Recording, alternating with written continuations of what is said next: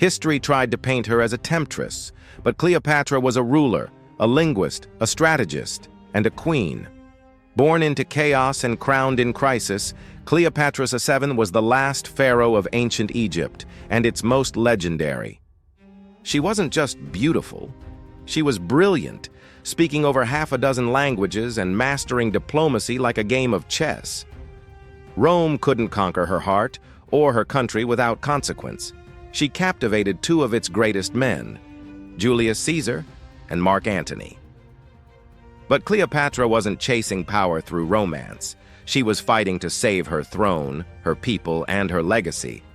Her life was a political war dressed in gold. Cleopatra was born in 69 BCE into the Ptolemaic dynasty, descendants of Alexander the Great's general.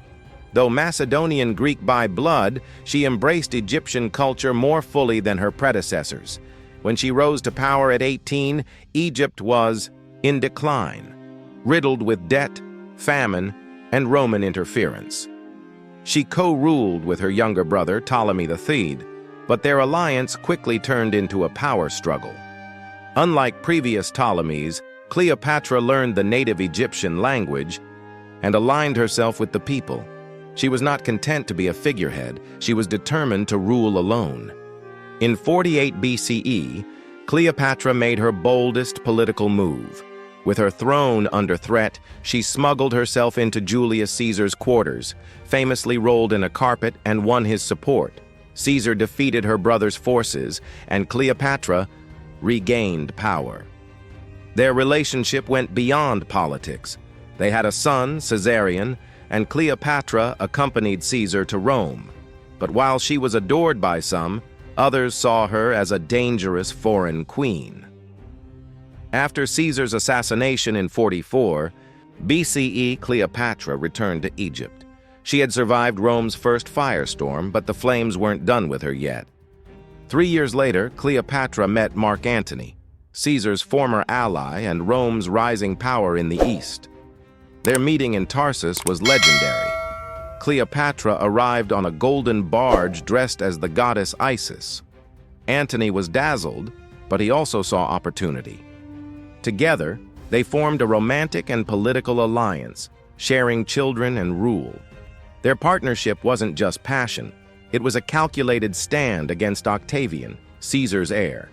Cleopatra funded Antony's campaigns, and he declared Caesarion Caesar's rightful successor. For Rome, this was treason. For Cleopatra, it was survival. But their union would become their undoing.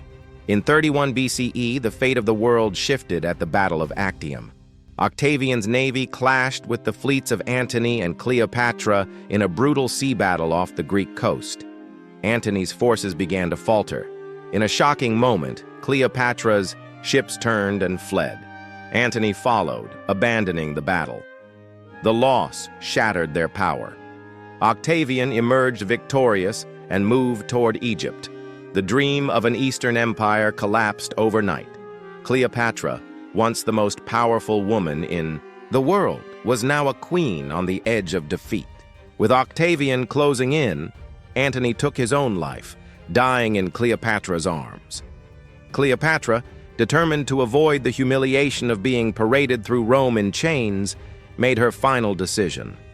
In August 30 BCE, she dressed in her royal robes, and according to legend, died by the bite of an asp. Others suggest poison.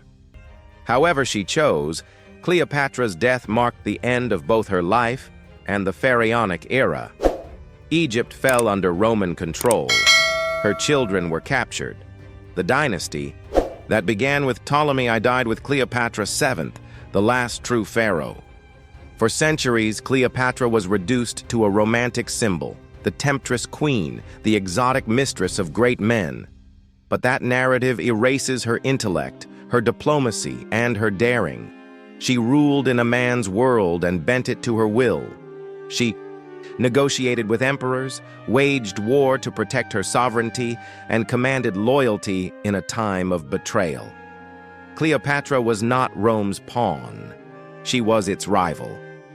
Her image has been twisted by propaganda, but when you look past the myths, A different picture emerges, a powerful woman who refused to kneel. Cleopatra's story didn't end in her tomb. Her legend lived on through art, literature, theater, and history books. Shakespeare romanticized her. Hollywood glamorized her. But beneath the drama lies a ruler of rare intelligence and force. She represents a timeless question. What does it mean to hold power in a world built to deny it to you? In the end, Cleopatra didn't lose because she was weak. She lost because she was too powerful for her time. And though her empire fell, her legacy endured, etched not just in stone, but in memory.